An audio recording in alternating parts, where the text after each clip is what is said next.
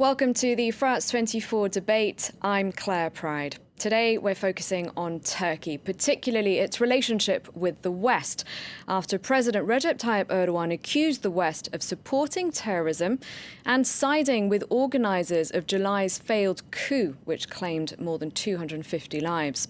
Since then, tens of thousands of people have been arrested, sacked or suspended.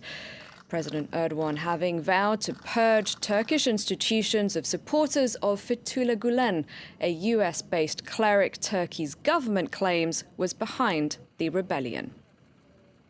The leaders of the terrorist organization PKK, you allow them to express themselves via video conference in Germany. Now I'm wondering, is the West supporting terrorism or not? Is the West on democracy's side or on the plotters' side? On terrorism's side? Unfortunately, the West is supporting terror and standing by the coup plotters. Time now to introduce you to my guests for today's debate. Joining us from Istanbul is Barçın Yinanç, a journalist for the Hurriyet Daily News. Hello, thank you very much indeed for your time. Joining us from Stockholm, Jenny White, Professor of Turkish Studies at Stockholm University. Thank you very much for your time as well. I'd like to start off with you, Barçın. We just heard there the Turkish president saying foreign powers were involved in July's failed coup. Does he mean what he said? Well, I think he does mean what he says. The question is, of course, I would rather say he is convinced, but does he have concrete evidence? I'm not sure about that. But what he says sort of reflects a frustration on the part of Erdogan for the approach that Europe has taken in the initial phase of the coup attempt. Basically, there was a tepid reaction from Europe as if, you know, a coup had not taken place. Everybody was concentrating on Erdogan. And, you know, when there were some remarks coming from high-level European figures, you know, putting question marks to the whether there has been really a coup or not, has created disappointment. And we also had incidents like when the European ministers of the member countries of the European Union gathered on a meeting. There was, for instance, a call from certain members saying maybe the Turkish foreign minister should come and explain it. And this call was, you know, refused by other members. So when the Turkish president puts them one after the other, he got the impression that even if not, they did not support it, you know, they would have been happy perhaps to see the coup succeed. Well, he might be frustrated, disappointed, and we'll discuss in a moment whether or not he might have reason to be. But these are serious accusations. And don't you think that perhaps there's a bit of a game going on, if I could put it that way, between his public statements and what he really means? Because we had the visit of a US general this week, and he said, because Turkey's not just frustrated with Europe, but has also brought up issues with the US, he said that in private there was no mention, no insinuation whatsoever that the US might have been involved. Well, certainly there is an element of domestic factor in his statements. And honestly, as one of my colleagues today was saying, we have a sort of two Erdogans currently. On the one hand, there is this pragmatic Erdogan who knows that he should not have so many strains in his relations with the West. And then we have an emotional Erdogan who feels sort of let down by Turkey's Western allies. So basically, there is this swing between the pragmatist Erdogan and the emotional Erdogan. Turning to you now, Jenny, do you think that perhaps President Erdogan deserves a little bit more credit for having managed to stop this coup from actually being successful? Thank you. First, I'd like to say that I agree with Barçın that, in fact, you know, Erdogan has shown himself to be eminently pragmatic, but I'm not sure that the emotional side isn't also pragmatic in terms of having an audience inside Turkey for what he's saying outside Turkey. At the moment, he's busy pumping up the old, almost historic nationalist fear and suspicion of outsiders that was very common, in fact, taught in schools in the Kemalist era. That is, what happened in World War I, that the European powers tried to destroy us, took apart the Ottoman Empire, and we only got back Turkey through our War of Independence. And they're still trying to do that. We always have to be on our guard against these outsiders and their traitorous insiders who are working on their behest. This is an old narrative, and he has revived it to great effect. And that is the narrative that's being projected outwards. But I don't think it's anything new. But I do agree also that we are not giving the coup enough credit. I mean, this was a true coup attempt from what I can see.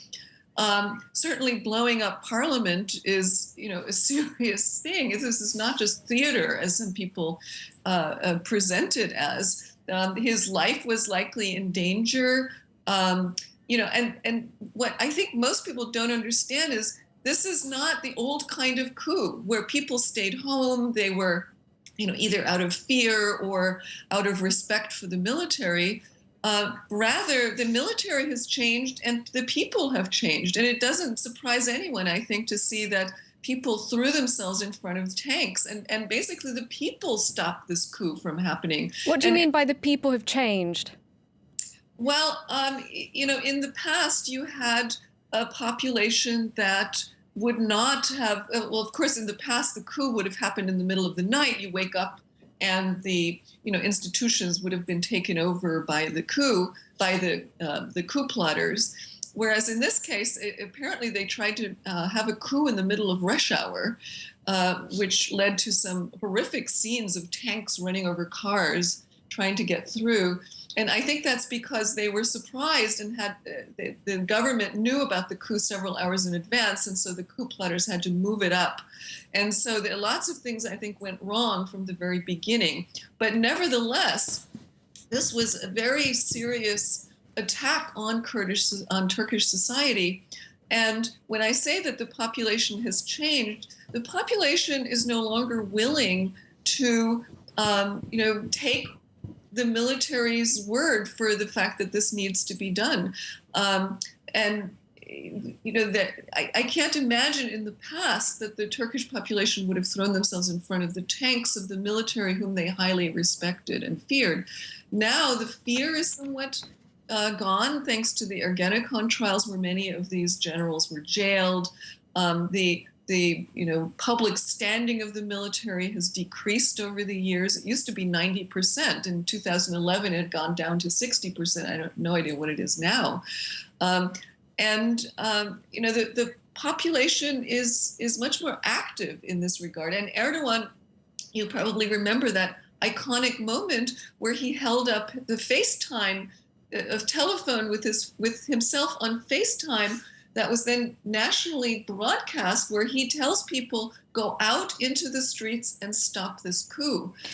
Jenny, if we could just get back to what's happening right now. So the head of the Council of Europe was in Ankara today, and I'd just like to turn to you, Barçın, at this point. And he did say that perhaps Europe had shown too little understanding of the challenges that Turkey is facing. Might that go some way to making Turkey, you mentioned the disappointment, the frustration with Europe before, might this help ease the tension?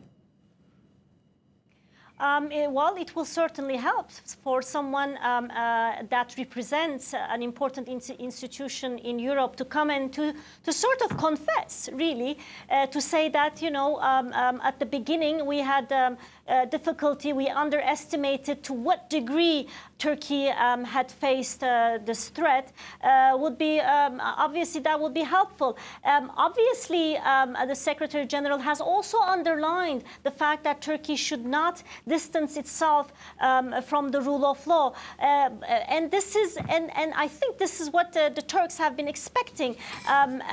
What has been not done was that on the first instance, you know, it's like you're walking on the street and you're beating with someone, and your friend comes and instead of saying, oh my God, what happened to you? How can I help you? You just say, are you sure somebody beat you?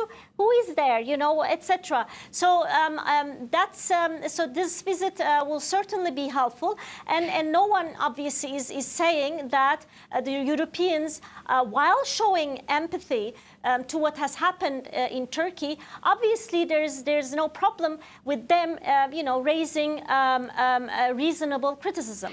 They have shown empathy, and many leaders have condemned the attempted coup. Jenny, what they really have an issue with is what's happened since then. We've seen, obviously, masses, a huge purge, tens of thousands of people dismissed, sacked, arrested. So really what they're opposed to, would it be fair to say, are Erdogan's methods, the way he's dealing with the fallout? Yes, I think that's fair to say. But you know, as Barchin said, it's not a contradiction for Europe to say, yes, this was a coup. It could have turned into a bloodbath. It's wonderful that this was a sort of people power that averted this, and really, you know, sort of focus on the danger and how it was overcome. It's not a contradiction then to say, but in the purge, these purges afterwards, the broom is much too large. And people's rights are not being respected. I personally don't think it would do any good, because I think that Erdogan has ceased to really care what Europeans think. So does he still care about EU membership, do you think? I don't think so. I think that Turkey now has a very utilitarian relationship with Europe in terms of trade and also the refugee deal. But I think that Turkey is turning away, not away from the West towards the East, the way people said before, but towards other power bases, you know, towards Russia and Africa and possibly areas in the Middle East. Barchin, you wanted to react to this? Yes, well, I beg to disagree. Now, there might be some truth to what Jenny is saying. I have to underline the fact that the realities on the ground dictates to Turkish leadership, whether this is Erdogan or not, to have good relations with Europe, especially at a time when Middle East in such a turmoil, at a time when you might say Turkey is, you know, reconciling with Russia again, but Russia in itself cannot be an alternative to European Union. We have to remember this fact. Erdogan owes part of its success to the economic reform process, which have lifted the Turkish welfare much higher. And in order to maintain that level of welfare, Turkey needs investment, foreign direct investment, and that investment can only come from Europe. You know, in the past, it used to come slightly from the Arab capitals, but it no longer comes due to the disagreements in Syria. And as Jenny was saying, you know, there is a web of trade relations between Turkey and Europe. But even when you have trade relations with Europe, you have to have some kind of a rule of law in order for that relationship to continue without any problems. And that's why I would say that Turkey still has a lot of interest in maintaining good relations with Europe, number one. Number two, even before this coup, Turkey and Europe had entered into a dialogue which was, you know, basically tagged as the refugee deal. And part of that dialogue was about reviving the EU accession process. It was never the Europeans who asked Turkey to revive it. It's the Turkey itself has said, I want to revive this process. And if that means opening chapters about the judiciary, about democracy, I'm ready to do that. But Germany has warned against blackmail. Germany has said that Turkey mustn't use this situation to blackmail Europe into striking a deal.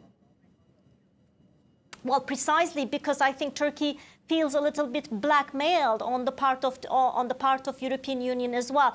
You see, the main problem between Ankara and European Union is this lack of confidence. I think, again, looking pragmatically from the European Union side, from Turkey's side, the politics, the economics, etc., dictates this to be a smooth relationship. However, the two sides has lost confidence in each other. Well, that's so the the thing. Turkish side believes, I will deliver on the refugee issue, and Turkey has delivered on the refugee issue, but the European Union hasn't yet delivered on the visa-free travel issue. But if we could just look at another issue, there's also counter-terrorism, and the US has expressed concern about what the scale of the purge could mean for counter-terrorism cooperation. Is that not a good point? Is not the way the government is responding to the attempted coup raising doubts about its reliability in the fight against the Islamic State group?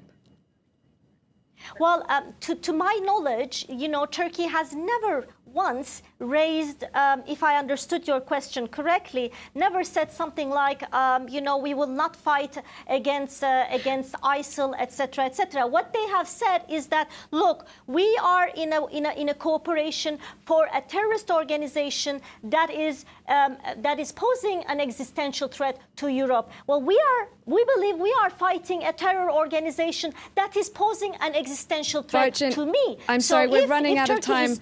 If I could just give Jenny a very quick chance for the last word. Well, I do think that ISIS is going to be a huge problem down the road for Turkey, in part because it's not on the list of enemies. At the top of the list is someone we haven't mentioned, Fethullah Gulen, and the reason for that enmity lies, again, in internal Turkish politics, which is now, you know, having an effect abroad.